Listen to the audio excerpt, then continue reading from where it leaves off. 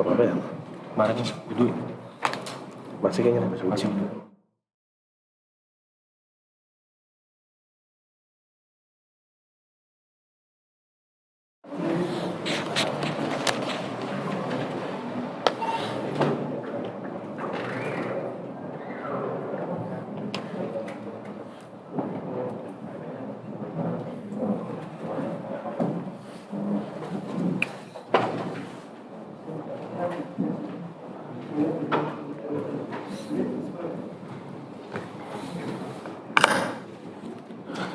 Bismillahirrahmanirrahim. Assalamualaikum warahmatullahi wabarakatuh. Alhamdulillahi rabbil alamin. Wa usalli wa usallim ala nabiyyina khairal bariyah wa ala alihi wa ashabihi wa man tabi'ahum bi ihsanin ila yaumiddin, amma ba'd. Ahibati fillah, azani Allahu wa iyyakum jami'an. Alhamdulillah, pekan ini kita dapat berkumpul kembali untuk melaksanakan kewajiban seorang muslim menuntut ilmu Allah Subhanahu wa taala. Ahibati fillah, azani Allah wa iyyakum jami'an.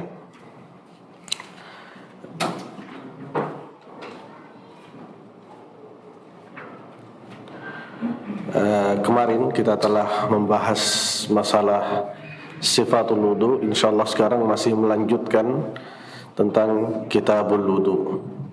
Hadis ke-37, An Laqid bin Sabirah radhiyallahu anhu, beliau berkata Rasulullah sallallahu alaihi wasallam, asbighil wudu wa khallil bainal asabi wa barik fil istinshaq illa an takuna shaiman. Asbighil wudu artinya itmam atau ikmal, yaitu menyempurnakan wudu, sempurnakanlah wudu. Wa khallil bainal asabi, dan bersihkanlah sela-sela jari.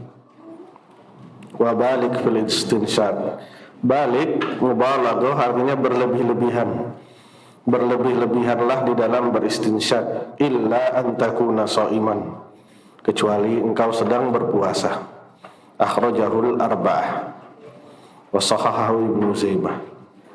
Di lafaz Abi Daud disebutkan idza tawadda'ta famatmit, apabila engkau sedang berwudu maka berkumur-kumurlah. Ahibati fillah, azani Allah wa iyyakum jami'an. Isbagul wudu dalam fikih itu terbagi menjadi dua, yaitu isbagul wajib wa isbagus sunnah, menyempurnakan yang wajib,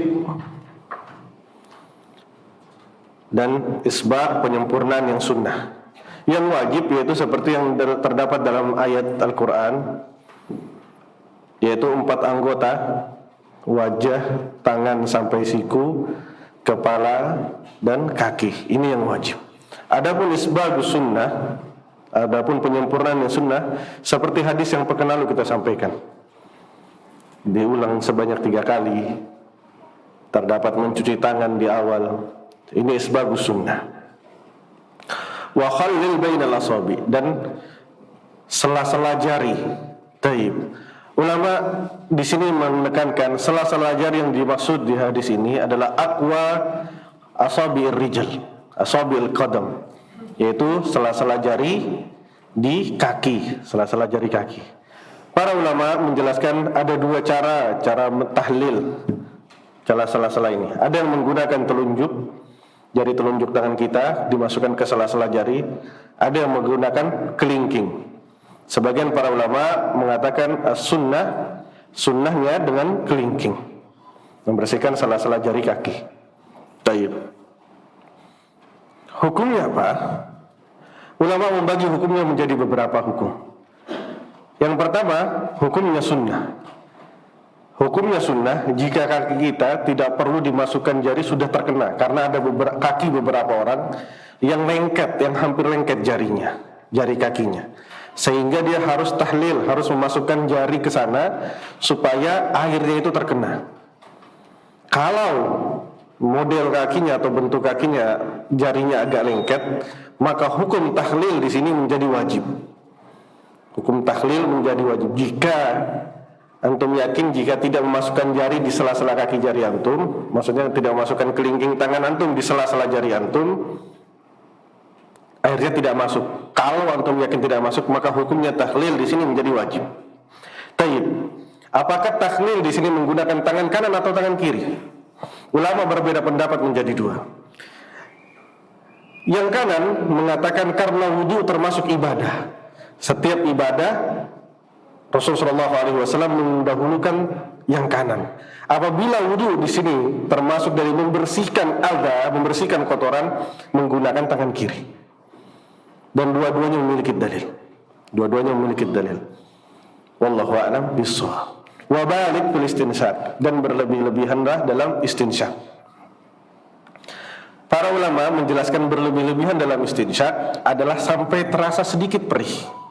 Jadi misalnya kita menghirup air wudu dengan hidung kita sampai ada sedikit perih, itu artinya mubalaghah fil istinsyaq. Illa an takuna sha'iman, kecuali kalian sedang berpuasa. Karena kalau berpuasa ada kemungkinan menjadikan puasa tersebut batal. Taib. Sebagian ulama mengatakan tidak batal, akan tetapi makruh. Karena apa? Karena sebagian para ulama menjelaskan yang membatalkan puasa adalah sesuatu yang masuk dari mulut. Di sini hidung tidak termasuk. Wallahu a'lam bishawab.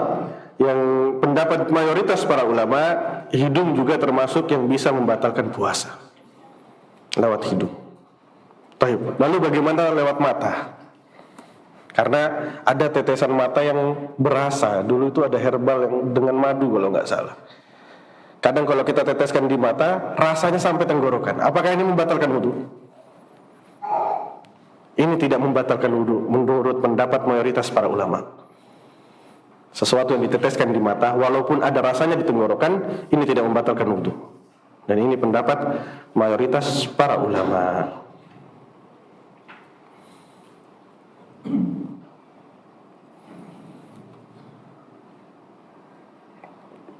Taib. Dari riwayat Abu Dawud disebutkan idza tawadda'ta fawatmit, apabila engkau berwudu maka berkumur-kumurlah. Syuf ya akhibati fillah, lihat ini perhatiannya Rasulullah SAW terhadap wudu. Wudu aja beliau detail seperti ini, apalagi sholat. Apalagi sholat. Wudu aja kita diberitahu seperti ini. Ini saking pentingnya wudu. Dan wudu ini adalah syaratnya sholat. Berarti lebih penting lagi sholat. Wudu aja kita diberitahunya sampai detail dan banyak hadis tentang wudu. Dari sini para ulama menjelaskan wudu aja Nabi SAW menjelaskannya sangat detail, apalagi sholat. Berarti perkara sholat itu jauh lebih besar dari permasalahan wudu. Wallahu a'lam bishawab. Baik, hadis yang selanjutnya dari Utsman. Tolong yang bawa buku, misalnya anda ada kelewatan hadis nanti dikasih tahu, karena buku anda ini buku syarh, kadang ada terlewat satu hadis atau dua hadis. Anna Nabi sallallahu alaihi wasallam kana yukhallilu lihyatahu fil wudu.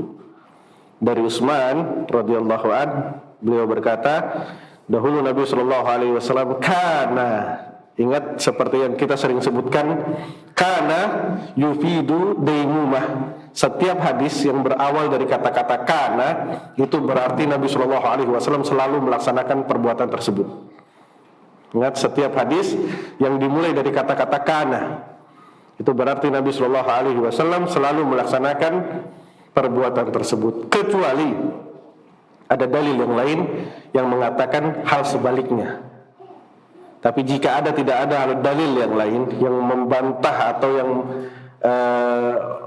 mengatakan bahwa Nabi tidak melaksanakan seperti itu, maka kana di sini yufidu daimumah. Karena di sini berarti adalah Nabi Shallallahu Alaihi Wasallam selalu melaksanakan hal seperti itu.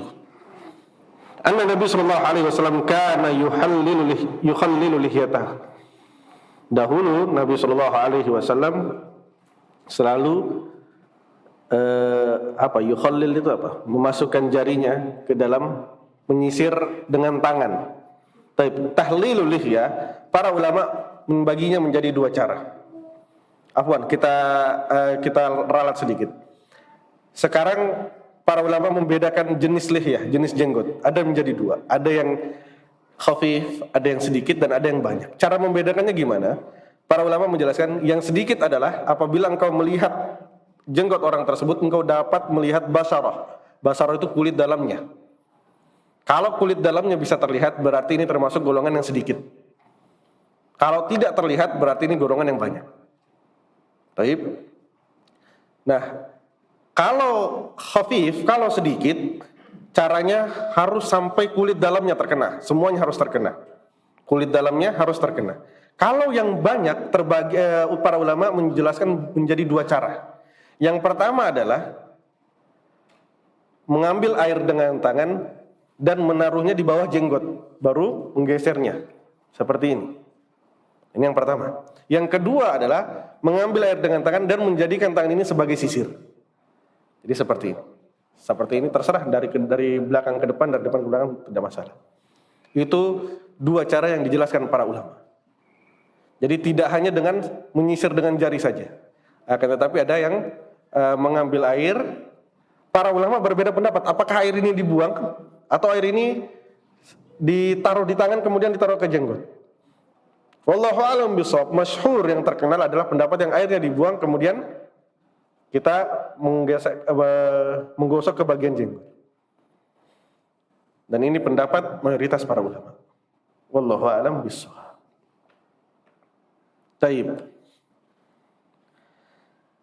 Sekarang kita berbicara tentang masalah lihyah, masalah jenggot. Kapan jenggot itu harus benar-benar basah? Di saat tahurah, di saat kita bersuci, dan kapan tidak dibasahkan, dan kapan seperti wudhu tadi. Ulama membagi menjadi tiga. Yang pertama adalah di saat janabah, di saat junub, maka hukumnya jenggot harus dibasahkan seluruhnya sampai basyarah, sampai kulit bagian dalam. Mau itu banyak, mau itu jenggotnya banyak, mau itu jenggotnya sedikit.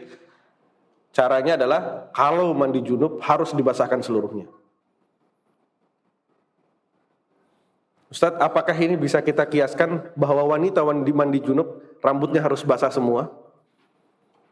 Wallahu a'lam bishawab, pendapat para ulama, wanita yang junub karena berhubungan, dia tidak perlu membasahkan seluruh rambutnya sampai basyarah, sampai kulit bagian dalam. Yaitu dia cukup mengikat rambutnya dan menyiramnya dari atas. Yang terkena zahirnya saja, luarnya saja. Dalamnya tidak perlu basah. Ini pendapat mayoritas para ulama termasuk Ahmad bin Hanbal. Adapun laki-laki yang rambutnya panjang, para ulama menjelaskan laki-laki tidak bisa dikiaskan dengan wanita untuk masalah laki-laki yang berambut panjang. Jadi dia tetap harus membasahkan rambutnya. Kemudian yang selanjutnya adalah yang di saat bersuci tidak membasahkan sama sekali, yaitu saat tayammum. Dan ada kaidah, saat tayammum tidak ada rambut yang terkena. Maksudnya tidak ada rambut yang terusap saat tayammum. Ini kaidahnya tayammum. Kalau berwudu kita membasahkan jenggot, kepala. Kalau tayammum tidak. Kepala tidak diusap, hanya wajah dan tangan. Yang selanjutnya seperti wudu, seperti yang wudu tadi. Apabila jenggotnya lebat, maka yang terkena air adalah zahir, yang terlihat saja. Bagian dalamnya dia tidak perlu terkena air. Ini yang zahir. Apabila jenggotnya sedikit, maka harus terkena semuanya sampai basyarah, sampai kulit bagian dalamnya. Wallahu a'lam bishawab. Sampai sini ada yang ditanyakan ya, ikhwah? Baik. Fadhal. Tadi terkait pada orang yang jenggotnya tebal, kan itu pada yang terlihat zahirnya saja. Nah. Itu terlihat zahirnya apakah di sekelilingnya gitu atau dari depan saja gitu? Hanya yang terlihat dari depan saja. Nah. Wallahu a'lam bishawab. Hadis yang selanjutnya tidak ada ya? Hadis yang selanjutnya dari Abdullah bin Zaid radhiyallahu an berkata, anna Nabi sallallahu alaihi wasallam utiya bi thulutsai mud. Nabi sallallahu alaihi wasallam diberikan 3/4 sulusai, sepertiga dikali 2. Berarti berapa itu? 2/3. Baik. 2/3 mud. Mud dalam bahasa Arab adalah ini, satu genggam seperti ini. Satu sa' 4 mud. Ada pula yang mengatakan satu mud itu sekitar 510 gram. Kalau tepung beratnya. Faja'ala yadluku dhira'aihi. Kemudian beliau memijat tangannya. Di sini dijelaskan salah satu contoh dari isbab. Ahibati fillah, azani Allah wa iyyakum jami'an. Ini adalah sifat wudunya Nabi sallallahu alaihi wasallam. Walaupun di hadis lain dikatakan karena Nabi sallallahu alaihi wasallam yatawaddo bil mud. Dahulu Nabi sallallahu alaihi wasallam berwudu dengan satu mud. Jadi di sini penjelasan bahwa tidak ada batasan minimal air saat berwudu, karena Nabi sallallahu alaihi wasallam kadang menggunakan satu mud, yaitu satu genggam tangan seperti ini, kadang menggunakan 2/3-nya. Tidak ada batasan. Dan dari sini juga para ulama menjelaskan iritnya Nabi sallallahu alaihi wasallam untuk masalah menggunakan wudu saat berwudu. Bahkan para ulama menjelaskan irit dalam menggunakan air saat bersuci minal isbaq, dari kesempurnaan wudu. Ini yang dijelaskan para ulama. Irit dalam menggunakan air saat dia mandi janabah, saat dia berwudu, ini termasuk dari isbaq. Bahkan para ulama menjelaskan di konteks hadis yang selanjutnya, faja'ala yadluku dhiraihi, kemudian dia memijat. Memijat di sini adalah memijat seluruh anggota tubuh yang seharusnya dicuci, bukan diusap. Kalau kepala diusap, jadi kepalanya tidak dipijat. Jadi yang dipijat adalah tangan dan kaki dan wajah. Baik. Para ulama menjelaskan ad-dalq, memijat di sini termasuk dari contoh sunnah yang dilaksanakan oleh Nabi sallallahu alaihi wasallam saat berwudu, yaitu memijat. Bahkan ulama menjelaskan dengan cara memijat itu lebih membuat air semakin irit.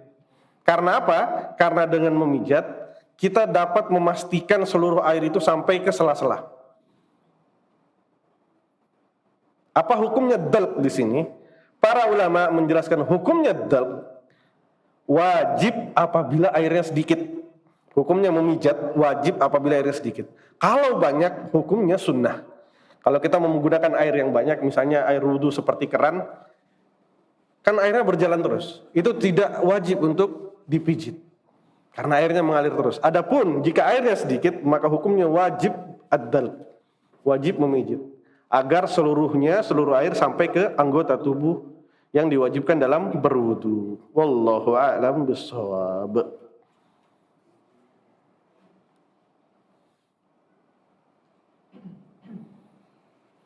Apa perbedaannya antara israf sama tabdzir, ya? Ada yang tahu perbedaannya israf sama mubadzir? Kadang kita ada yang mengatakan, jangan ini israf ini. Israf adalah berlebih-lebihan di sesuatu yang mubah dan sesuatu yang ibadah.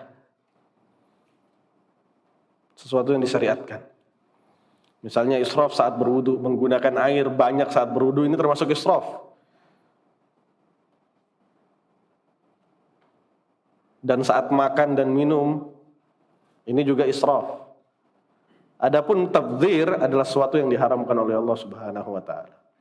Berlebih-lebihan di sesuatu yang diharamkan oleh Allah Subhanahu wa taala. Ini perbedaan antara israf dan tabdzir. Wallahu a'lam bishawab. Hadis yang selanjutnya dari Abdullah ibn Zaid, bahwa beliau melihat Nabi sallallahu alaihi wasallam ya'khudhu li udhunayhi ma'an ghayra ma'il ladzi akhadhahu li ra'sihi. Beliau melihat Nabi sallallahu alaihi wasallam mengambil air baru di saat membersihkan telinganya. Jadi bukan air yang kepala. Jadi bekas kepala terus Nabi sallallahu alaihi wasallam mengambil air baru lagi. Ini hadis diriwayatkan dari Baihaqi. Akan tetapi diriwayatkan oleh Muslim wa masaha bi ra'sihi bima'in ghairu fadlin biyadayhi. Beliau Nabi sallallahu alaihi wasallam mengusap kepalanya dengan air yang sisa dari tangannya. Maksudnya beliau tidak mengambil air lagi untuk telinganya. Ini dua hadis yang bertabrakan. Dua hadis yang bertabrakan. Para ulama menjelaskan hadis yang pertama yang diriwayatkan oleh Baihaqi adalah haditsus syadzah. Hadis yang lemah, dhaif. Bahkan para ulama mengatakan yanfaridu bihil masriyun. Hanya ulama-ulama Mesir yang menjalankan hadis ini. Jadi ulama-ulama dari negara-negara lain tidak menjalankan hadis ini. Akan tetapi ada riwayat dari Ahmad bin Hanbal bahwa beliau menyunnahkan, beliau mengatakan sunnah hukumnya mengambil air baru untuk telinga. Akan tetapi ada riwayat lain juga dari Imam Ahmad bin Hanbal juga. Ya ikhwah, sekarang kita perlu mengetahui kenapa kadang satu ulama itu punya 2 sampai 3 pendapat. Ulama kadang memiliki sampai Imam Ahmad bin Hanbal sampai memiliki 7 pendapat dalam satu masalah. Kenapa bisa seperti ini? Ini adalah kebiasaan dari murid-murid beliau yang menisbatkan ini perkataan Imam Ahmad bin Hanbal. Jadi kadang ada sesuatu yang masalah, Imam Ahmad bin Hanbal tidak menjelaskannya secara detail, kemudian muridnya memahaminya seperti yang dia pahami. Jadi dia mengatakan, saya memahami Imam Ahmad berpendapat seperti ini. Itu seperti yang dia pahami. Di riwayat lain, Imam Ahmad berpendapat seperti ini. Dan semuanya bertabrakan. Dan ini sering terjadi di pendapat Imam Ahmad bin Hanbal. Makanya Imam Ahmad bin Hanbal punya beberapa pendapat. Kadang sampai 7, pernah sampai 11. Kalau Imam Syafi'i hanya qaul qadim, qaul jadid. Perkataan baru dan perkataan lama. Karena beliau selalu mengklarifikasi. Misalnya beliau ada satu masalah, beliau mengatakan ini yang terbaru. Kalau Imam Ahmad bin Hanbal ada beberapa masalah yang beliau tidak menjelaskannya secara detail, sehingga murid-muridnya mengambil faedah, kemudian menisbatkan perkataan tersebut ke Imam Ahmad bin Hanbal. Imam Ahmad bin Hanbal di permasalahan ini memiliki 2 pendapat. Yang pertama hukumnya adalah makruh, mengambil air baru di saat membersihkan telinga. Pendapat yang kedua adalah yustahab, sunnah. Berbeda ini, tabrakan. Wallahu a'lam bishawab. Pendapat dari Ibnu Taimiyah mengatakan hukumnya untuk telinga sama dengan kepala, yaitu tidak mengambil air baru. Ini pendapat dari Ibnu Taimiyah. Wallahu a'lam bishawab. Lalu ada perkataan, kenapa Ibnu Umar? Ada riwayat yang lain mengatakan Ibnu Umar di saat beliau mengusap telinganya, beliau mengambil air baru. Para ulama menjelaskan itu semua ijtihadnya Ibnu Umar. Karena dalam beberapa riwayat Ibnu Umar beberapa kali melebihkan wudunya. Kadang misalnya tangan beliau basuh sampai 5 kali. Kadang yang misalnya sampai mata kaki beliau angkat sampai betis. Ini kebiasaannya Ibnu Umar. Makanya para ulama mengatakan itu semua ijtihadnya Ibnu Umar. Dan ulama yang mengatakan bahwa Nabi SAW tidak pernah mengambil air baru untuk telinganya adalah tidak ada satupun hadis dari Nabi SAW yang menjelaskan tentang tata cara berwudu. Beliau mengambil air baru di saat mengusap telinganya. Tidak ada satupun hadis. Dan ini pendapat Ibnu Taimiyah. Wallahu a'lam bishawab. Hadis yang selanjutnya dari Abi Hurairah radhiyallahu anhu berkata, saya mendengar Rasulullah SAW berkata, Inna ummati, sesungguhnya umatku, umat ijabah, yang kita bahas pekan lalu,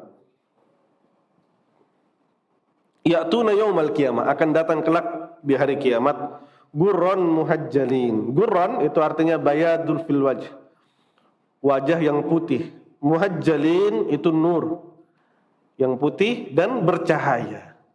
Min atharil wudu, dari bekas-bekas wudu. Faman istata'a minkum ayyutila ghurratahu falyaf'al.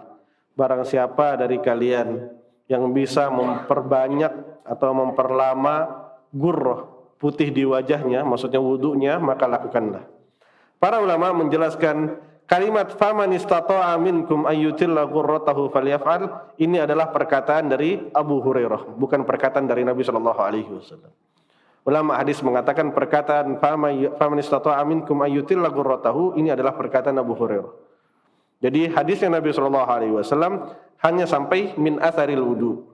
Sesungguhnya kelak yaumul qiyamah, hari kiamat, umatku akan datang dengan wajah yang putih dan bersinar dari bekas-bekas wudu. Dan ini adalah kekhususan umat Nabi Muhammad sallallahu alaihi wasallam. Ini kekhususan umat Muhammad Nabi sallallahu alaihi wasallam. Jadi untuk wudu itu bukan kekhususan Nabi Muhammad, bukan kekhususan umat kita. Jadi sebelum Islam, sebelum Nabi Muhammad, sudah ada di zaman-zaman dahulu sudah ada yang namanya wudu. Akan tetapi mungkin caranya berbeda. Cara berwudunya berbeda. Kekhususan kita adalah ghurran muhajjalin. Kelak di hari kiamat kita akan datang dengan wajah yang putih dan bersinar karena bekas-bekas wudu. Wallahu a'lam bishawab.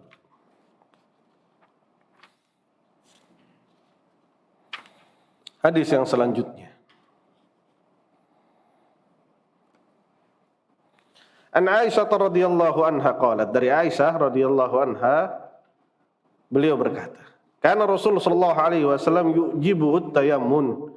Dahulu Rasul sallallahu alaihi wasallam yujibuhu. Yujibuhu di sini artinya yasurruhu yafrahu. Senang at-tayammun, memulai dengan yang kanan. Fi tana'ulihi, di saat beliau menggunakan sandal. Dalam hadis lain beliau mengatakan ibda'u bi yaminik.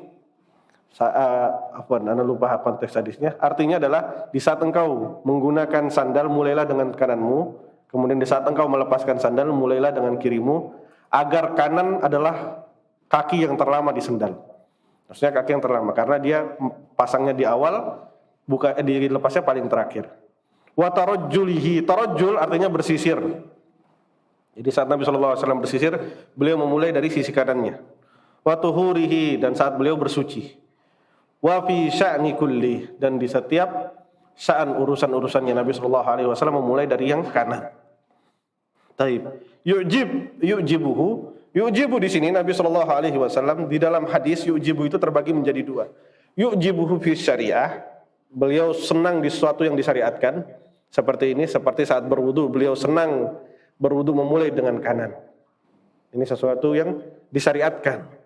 Ada juga yang sesuatu yang jibillah, yang sudah tabiatnya Nabi sallallahu alaihi wasallam suka dengan sesuatu tersebut, walaupun sesuatu tersebut bukan ibadah. Contohnya Nabi sallallahu alaihi wasallam yujibuhu halwa. Nabi itu suka yang manis-manis. Nabi suka yang manis-manis. Taib. Fi tana'ulihi, kita sudah bahas tadi dengan sandalnya, dengan saat beliau bersisir dan saat beliau bersuci. Bersuci di sini para ulama menjelaskan, bersuci adalah anggota tubuh yang ada dua anggotanya, seperti tangan atau kaki. Adapun kepala tidak, bukan kepala, maksudnya kepala sisi kanan dulu baru sisi kiri selanjutnya, tidak. Sama seperti telinga. Apakah telinga ini termasuk dua anggota tubuh? Para ulama dari bahasa menjelaskan telinga ini berada termasuk dari kepala. Termasuk dari kepala. Walaupun dalam bahasa disebutnya udhunain, dua telinga. Akan tetapi di sini telinga tempatnya di kepala. Dan di dalam dalil, di dalam ayat disebutkan kepala di sini satu dan telinga di sini masuk dari kepala. Makanya untuk telinga tidak harus tidak ada sunnah yang mengatakan telinga kanan dulu atau telinga kiri kemudian. Wallahu a'lam bishawab. Taib. Ini masalah tayamun. Lalu bagaimana dengan siwak? Dengan bersiwak. Apakah dengan tangan kanan atau dengan tangan kiri? Ada yang bisa jawab ya, ikhwah? Bersiwak dengan tangan kanan atau tangan kiri? Ulama berbeda pendapat. Ulama yang mengatakan bersiwak adalah ibadah, mereka mengatakan bahwa bersiwak sunnahnya dengan tangan kanan. Adapun jika bersiwak tersebut menghilangkan kotoran, maka sunnahnya dengan tangan kiri. Karena apa? Karena ada kaidah yang mengatakan al-yasar tuqaddam lil adza. Kiri itu didahulukan untuk sesuatu yang kotor. Tapi ulama bersepakat bahwa di saat kita bersiwak, entah antum berpendapat bersiwak dengan tangan kanan atau bersiwak dengan tangan kiri, ulama bersepakat bahwa memulai siwak adalah dari sisi sebelah kanan. Ulama bersepakat bahwa memulai saat kita bersiwak dari sebelah kanan. Dan seperti yang kita sebutkan pekan kemarin, sikat gigi para ulama menjelaskan bahwa ini termasuk dari bersiwak. Jadi di saat kita menyikat gigi, dimulainya dari sisi kanan terlebih dahulu. Adapun memegang sikat gigi apakah dengan tangan kanan atau dengan tangan kiri, para ulama berbeda pendapat untuk permasalahan itu. Wallahu a'lam bishawab.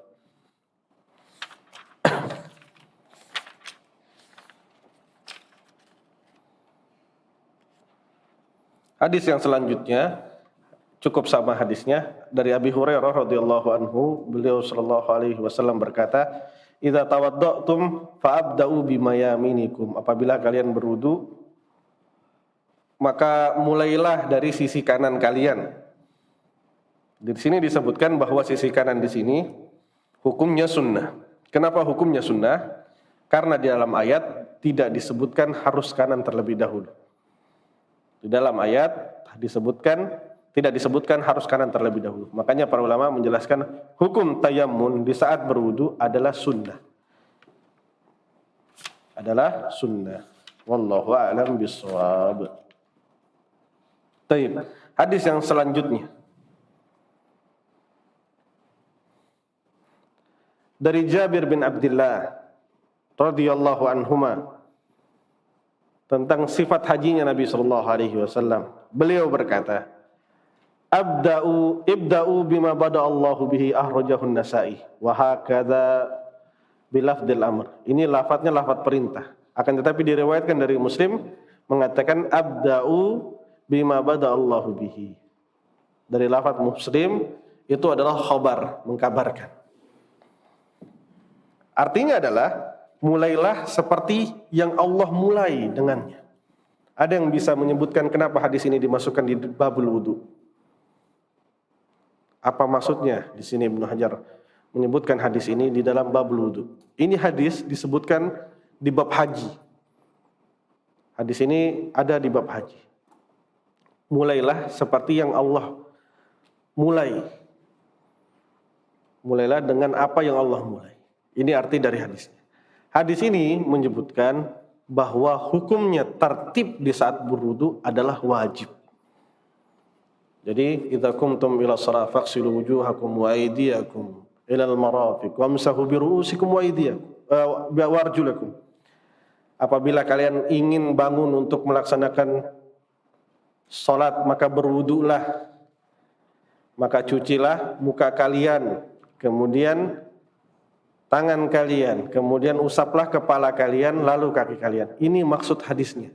Bahwa hukumnya tertib di saat berwudu adalah wajib. Apalagi contohnya tertib di dalam ayat, Inna safa wal marwata min syairillah. Min syairillah. Safa dan marwah. Berarti kita mulainya dari safa, baru ke marwah. Apalagi ayat yang ada tertibnya. Fasalli li rabbika wanhar. Taib, salat dulu baru menjembelih. Taib, apa lagi? Innamas shadaqatu lil fuqara'i wal masakin. Sedekah itu untuk orang fakir dulu. Siapa orang fakir? Orang fakirnya enggak punya apa-apa. Kemudian siapa? Kemudian miskin. Kalau enggak ada orang fakir baru kita kasih miskin. Siapa miskin ini? Miskin ini yang punya sesuatu tapi enggak cukup buat dia. Dari seperti itu. Ibda'u bima bada Allah bi. Mulailah dengan apa yang Allah dulu mulai.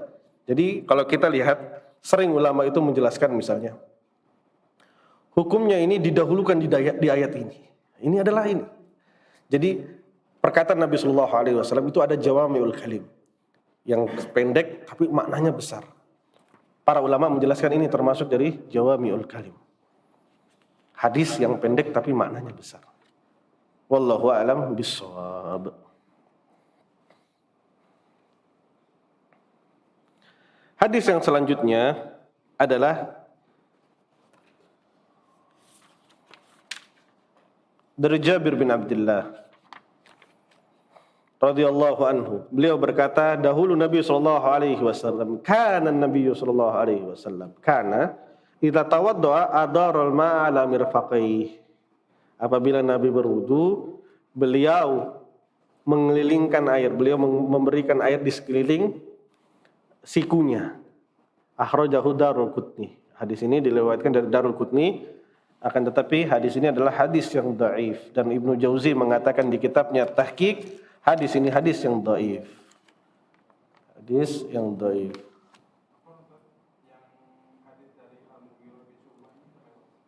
Nomor berapa itu, Pak? Oh, kelewatan anak berarti.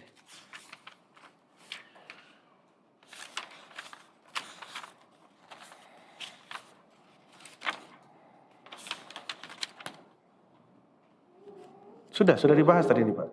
Idza tawadda'tum fabda'u bima yaminikum. Apabila kalian berwudu, maka mulailah dari sisi kanannya.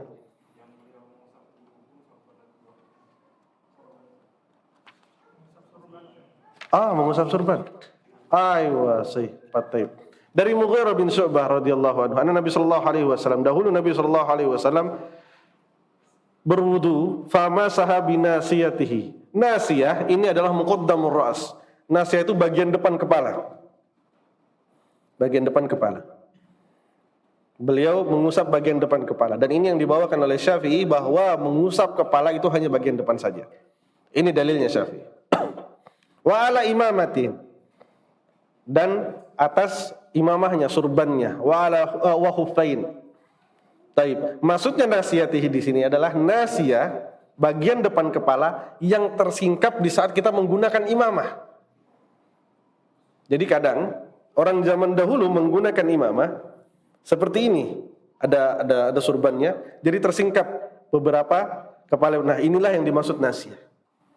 Bukan berwudu, hanya bagian depannya saja. Taib. Apakah di sini maksudnya imamah, surban, seluruh surban? Sebagian para ulama memberikan syarat surban-surban yang boleh diusap. Yang pertama adalah al-muhannakah. Al-muhannakah itu surban yang berlilit di kepala kemudian disambungkan ke leher. Kalau kita lihat orang-orang Arab di saat berkuda biasanya seperti ini. Mereka memberikan surban, memakai surban di atasnya, kemudian dililitkan di leher, yang susah untuk dibuka. Makanya di sini Nabi Shallallahu Alaihi Wasallam memberikan rukhsah, memberikan keringanan untuk dia mengusap bagian surbannya saja. Dan ini dalil bahwa bolehnya mengusap surban. Ustaz, kupluk boleh nggak? Misalnya antum lagi mancing nih, pakai kupluk. Apakah kupluk di sini bisa dikiaskan dengan surban? Para ulama menjelaskan yang bisa dikiaskan dengan surban adalah sesuatu yang jika antum melepaskannya, antum mendapatkan kesulitan. Atau sesuatu yang antum lepaskan, antum akan mendapatkan mudarat. Mudaratnya apa? Misalnya jadi kedinginan. Misalnya antum sedang jalan ke negara yang sangat dingin yang pakai kupluk. Maka hal yang seperti ini boleh untuk tidak melepas bagian kepalanya, hanya mengusap bagian atas. Dan ingat satu kaidah, setiap masah, setiap usapan itu hanya berlaku satu kali. Maksudnya setiap usapan itu tidak ada 3 kali, 2 atau 2 kalinya. Hanya 1 kali. Setiap mengusap kepala 1 kali, mengusap khuf 1 kali. Jadi hanya 1 kali usapan saja, tidak sampai 3. Tidak ada sunnah 3 atau tidak ada sunnah 2. Wallahu a'lam bishawab. Adapun khuffain, insyaallah nanti ada akan bab khusus masalah khuf. Wallahu a'lam bishawab. Jazakallah khair, jazakallah. Kita lanjutkan hadis yang tadi, hadis yang bahwa Nabi SAW memberikan air di sekitar sikunya. Ini adalah hadis yang dhaif. Berkata Ibnu Jauzi di kitabnya Tahqiq, hadis ini adalah hadis yang dhaif. Dan di hadis ini sebagian para ulama hanya mengambil hukum bahwa tangan itu batasnya sampai mirfaq, sampai siku. Walaupun ada ulama yang lain yang mengatakan ada kaidah bahasa yang biasa dipakai ulama fikih, yaitu innal had la yadkhulu fil mahdud. Batas itu tidak masuk kepada sesuatu yang dibatasi. Kita nggak bahas di sini ya, kita bahas kaidahnya. Jadi misalnya batas aurat laki-laki dari bagian pusar sampai bagian lutut. Berarti lutut itu tidak masuk aurat. Atasnya lutut baru masuk. Apakah di sini bisa diartikan bahwa siku itu tidak termasuk? Seulama berbeda pendapat. Ada yang mengatakan siku tidak termasuk bagian berwudu, yaitu adalah dari bawah siku sampai jari-jari.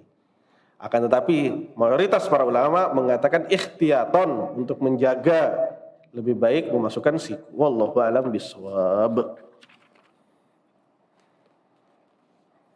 Ada pertanyaan? Baik. Innal had la yadkhulu fil mahdud. Batasan itu tidak termasuk dari bagian yang diberikan batas. Jadi misalnya, contohnya diulang juga. Contohnya, taib. Jadi misalnya aurat laki-laki itu dari perut, dari pusar ke lutut. Jadi pusar dan lutut itu tidak termasuk aurat, akan tetapi di atasnya. Wallahu a'lam bishawab. Tapi ini hanya kaidah saja, ini bukan dalil. Ini kaidah yang ulama mengambil faedah dari hadis ini. Dan hadis yang tadi adalah hadis yang lemah. Apakah air yang aromanya bau bisa digunakan untuk berwudu? Contoh air sumur bor dan taib. Air sumur yang airnya berbau, apabila air itu dari awalnya sudah berbau, maka ini termasuk yang boleh digunakan untuk berwudu. Karena aslinya seperti ini. Akan tetapi yang tidak boleh digunakan berwudu adalah jika air tersebut bau karena najis. Karena najis. Kalau bukan karena najis, pendapat mayoritas para ulama termasuk Ibnu Taimiyah mengatakan hukum airnya suci dan mensucikan. Wallahu a'lam bishawab. Karena dari pendapat Ibnu Taimiyah adalah imam yang mengambil pendapat air hanya terbagi menjadi dua, yaitu air yang suci dan mensucikan dan air najis. Tidak ada air yang suci saja. Wallahu a'lam bishawab. Saudara saya muslim sedang menonton kajian antum yang sangat saya tanyakan.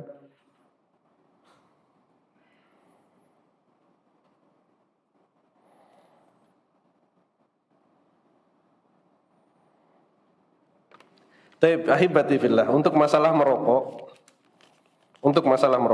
Merokok ini di luar dari kajian yang pertama. Di luar dari yang judul pertama. Pertamanya ini. Untuk masalah merokok, ulama mutaqaddimin, ulama terdahulu sepakat dengan hukumnya ala tahrim. Ulama terdahulu sepakat bahwa hukumnya adalah haram. Kaidahnya adalah kita mengambil perkataan orang terdahulu, bukan orang yang baru. Kalau dari orang-orang yang baru ada menghalalkan rokok, atau ada yang hanya mengatakan rokok itu adalah makruh, maka hukumnya kita tinggalkan perkataan tersebut. Karena ini termasuk dari membahayakan diri kita sendiri dan membahayakan orang lain. Wallahu a'lam bishawab. Pada saat Allah nggak bisa baca ini.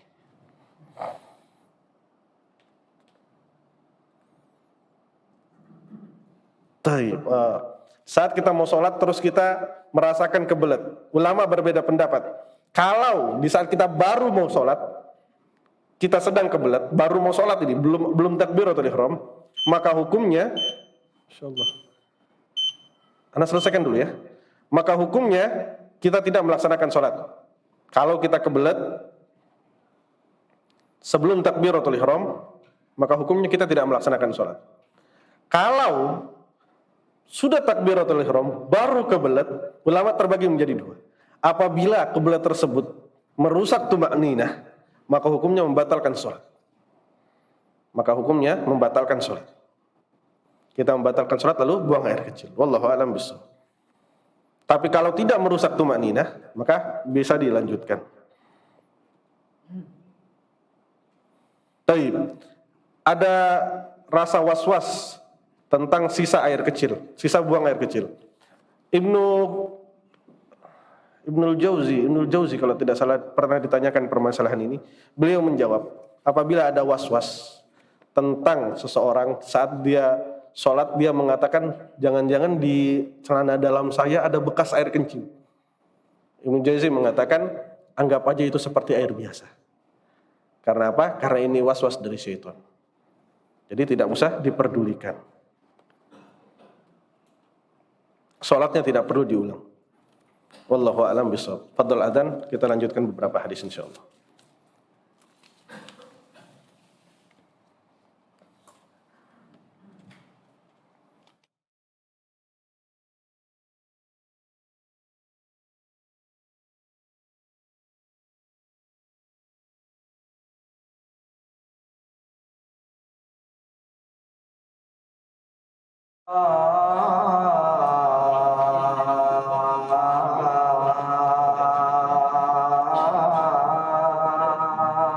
Akbar.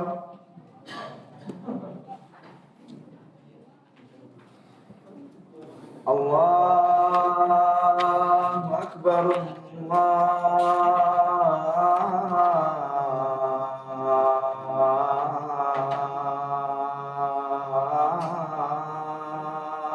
Allahu Akbar.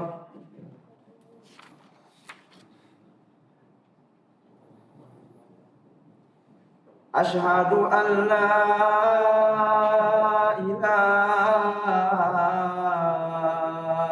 illallah.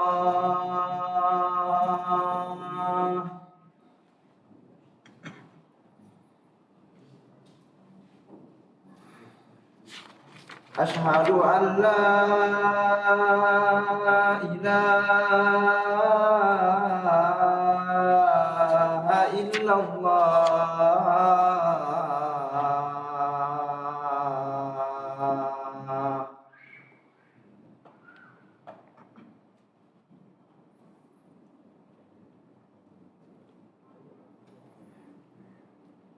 Asyhadu anna Muhammadar Rasulullah.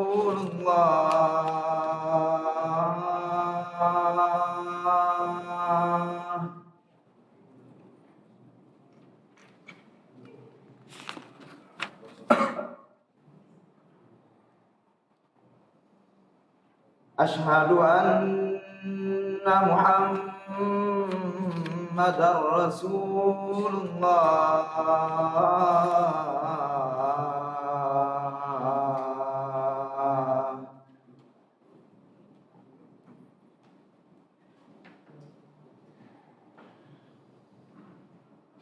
Hayya 'alas shalah.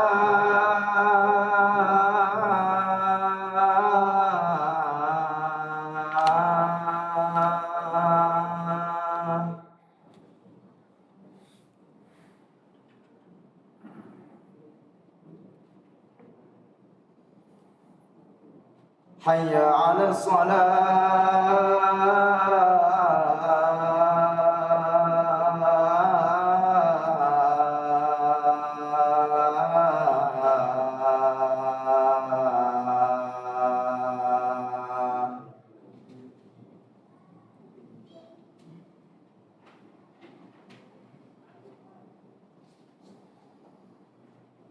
Hayya 'alal falah.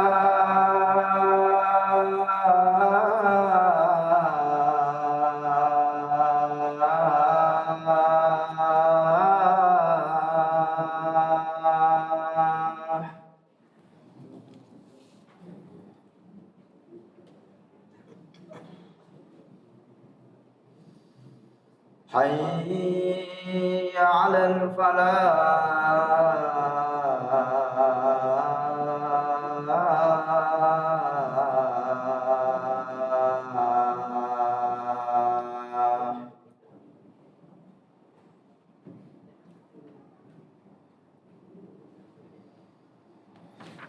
Allahu Akbar.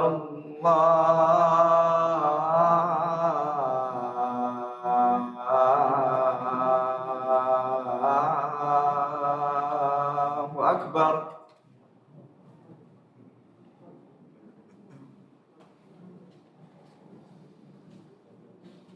La ilaha illallah.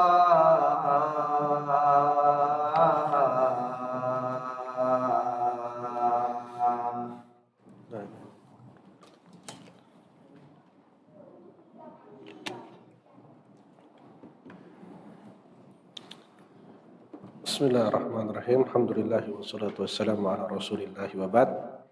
Ahibati fillah azani Allah wa iyyakum jami'an. Hadis yang selanjutnya, hadis dari Abi Hurairah, semoga Allah meridhoinya, berkata Rasul sallallahu alaihi wasallam, la wudu'a liman lam yadhkur ismallah. Tidak ada wudu atau tidak sah wudunya bagi yang tidak menyebut nama Allah. Jadi kalau ada harfun la, ada huruf la, kemudian setelahnya ada masdar la wudu'a, itu terbagi menjadi dua. Ada yang mengatakan nafyul kamal atau ada yang mengatakan nafyus sihah. Tidak sah atau tidak sempurna. Hanya dua itu saja. Kalau ada dalil yang mengatakan la salata bi hadratit ta'am, itu adalah nafyul kamal, tidak sempurna salatnya. Tidak ada salat orang yang ada di depannya makanan. Maksudnya harusnya dia makan dulu. Salatnya sah di sini, tapi tidak sempurna. Adapun jika ada yang mengatakan la salata bi ghairil wudu, tidak ada salat kecuali dengan wudu, di sini nafyus sihah, tidak sah salatnya. Lalu mana masuk hadis ini? Hadis ini adalah hadis yang diriwayatkan oleh Ahmad, Abu Daud dan Ibnu Majah bi isnadin dhaif, dengan isnad yang dhaif. Bahkan Imam Ahmad mengatakan la yathbutu fihi syai', tidak ada hukum apa-apa dalam hadis ini. Lihat, ini pernyataan Imam Ahmad. Imam Ahmad adalah salah satu ulama yang paling keras tentang hadis ini. Beliau menafikan hadis ini. Tapi di sisi lain beliau mengatakan, fa ana aqrahu liman yatawadda wa lam yadhkur ismallah. Dan saya menghukumi hukuman makruh bagi yang berwudu kemudian dia tidak membacakan bismillah. Dari sisi isnad, dari sisi sanad, Imam Ahmad mengatakan hadis ini dhaif dan tidak dapat dijadikan hukum. Tapi dari sisi fikih beliau mengambil hukum dari hadis ini. Bahkan dari murid-muridnya Imam Ahmad mengatakan hukum bismillah sebelum wudu adalah wajib. Dari sini dapat kita simpulkan tidak semua hadis yang dhaif itu kita buang semuanya. Ada yang bisa diambil hukumnya, seperti hadis ini. Taib. Ahibati fillah, azani Allah wa iyyakum jami'an. Untuk masalah basmalah itu terbagi menjadi 5. Ada bismillah itu yang jadi syarat. Ada yang basmalah itu menjadi wajib. Ada yang basmalah itu menjadi mustahab, sunnah. Ada yang menjadi haram dan ada yang menjadi bid'ah. Kita ambilkan contoh satu-satu. Kapan bismillah menjadi syarat? Fi zabihah, di saat menyembelih, hukumnya bismillah di sini syarat. Saat berburu, mancing gimana? Ini lagi-lagi mancing kena lagi nih. Kalau kita lempar pancingan, apakah harus ngomong bismillah? Nah, ini pertanyaan sahih ya, ini serius. Kalau kita lempar pancingan, apakah harus ngomong bismillah? Tidak. Kenapa? Alasannya apa? Sahih. Bangkai di laut hukumnya halal. Jadi mancing nggak perlu bismillah. Kalau di darat, yang sering di Samarinda diburu apa? Payau misalnya, buru payau. Kita sebelum menembak, kita harus bilang bismillah dulu. Kita harus bilang bismillah. Hukumnya jadi halal atau haram? Haram kalau ada aturan dari pemerintah melarang kita memburu payau.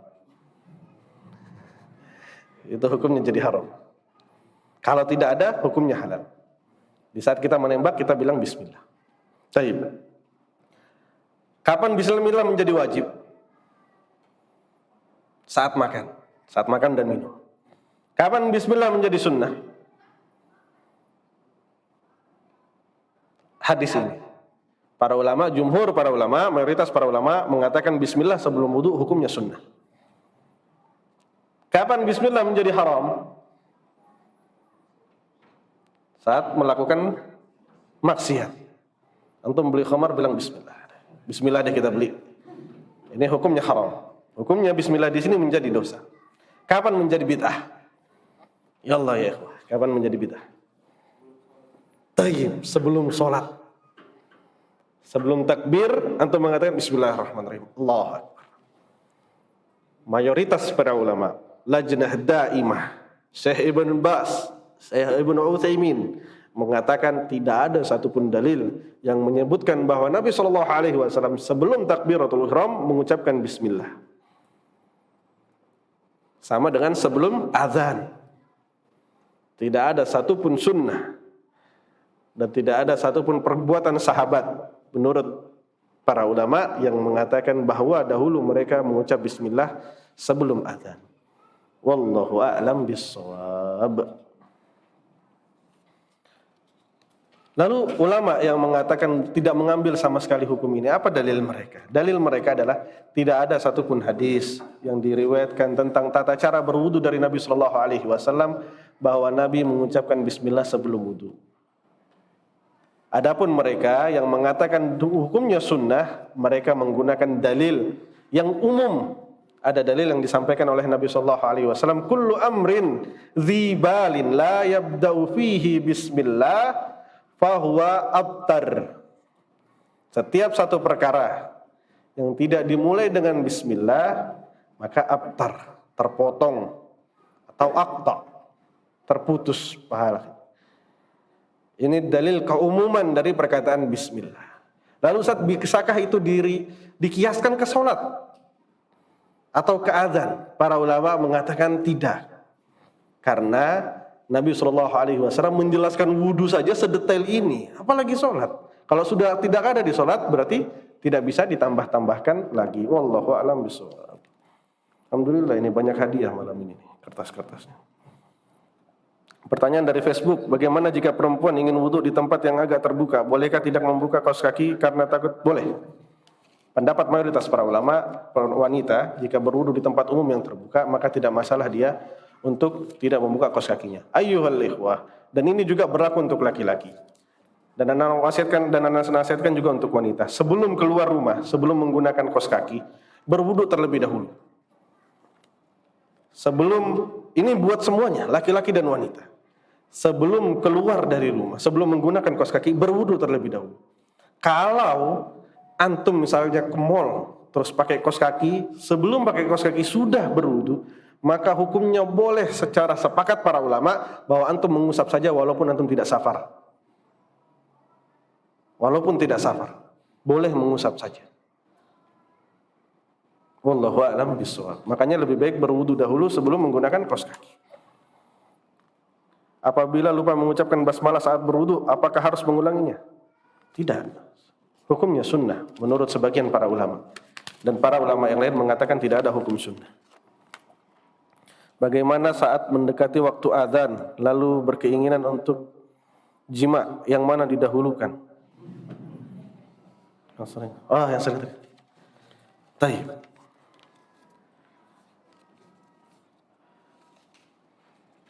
Kalau sholat antum nggak khusyuk, silahkan.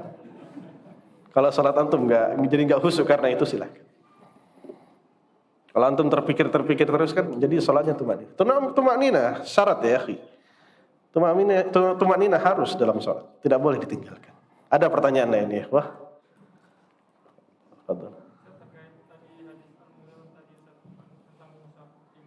Taib.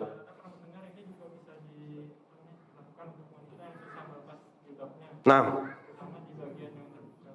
Kemudian ingin saya tanyakan, apakah juga diwajibkan untuk mengusap ubun-ubun dengan menyela jilbabnya gitu?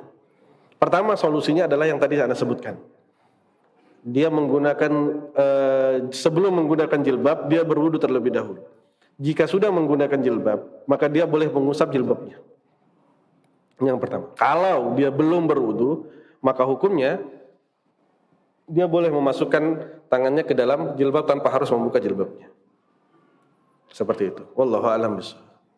Fadhal. Cukup ya? Silakan. Oh ya.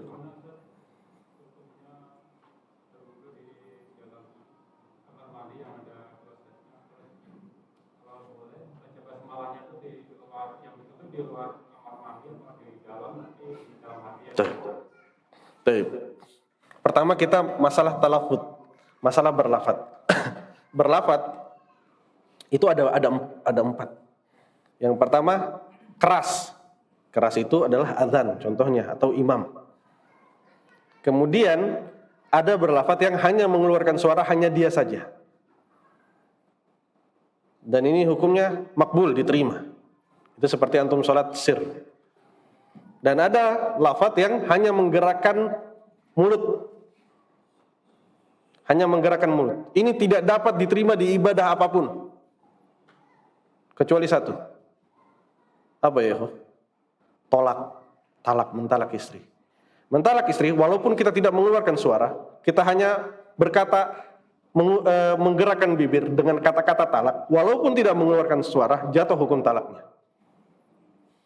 Yang selanjutnya adalah di dalam hati. Sebagian para ulama mengatakan, mayoritas para ulama, azkar, zikir, la yujzi fil qalb, tidak dihitung jika zikir tersebut di dalam hati. Sama seperti antum berzikir setelah sholat di dalam hati itu tidak dihitung. Baik. Lalu bagaimana jika kita dalam WC, dalam kamar mandi? Maka perkataan para ulama adalah sebelum masuk. Sebelum masuk kita membaca bismillah. Setelah masuk baru kita membaca doa. Setelah keluar baru kita membaca doa. Lalu hukumnya wudu di tempat tersebut. Para ulama menjelaskan jika antum yakin, jika antum sudah menyiram daerah kotornya, maka hukumnya boleh berwudu di tempat tersebut. Wallahu a'lam bishawab. Cukup Pak ya? Ada yang lain ikhwah? Cukup? Thayyib walillahil hamd. Insyaallah pekan depan kita membahas masalah istinsyaq. Cara istinsyaq itu hanya sekitar 5 hadis saja kalau tidak salah. Subhanakallahumma rabbana wa bihamdika asyhadu an la ilaha illa anta astaghfiruka wa atubu ilaik. Assalamualaikum warahmatullahi wabarakatuh.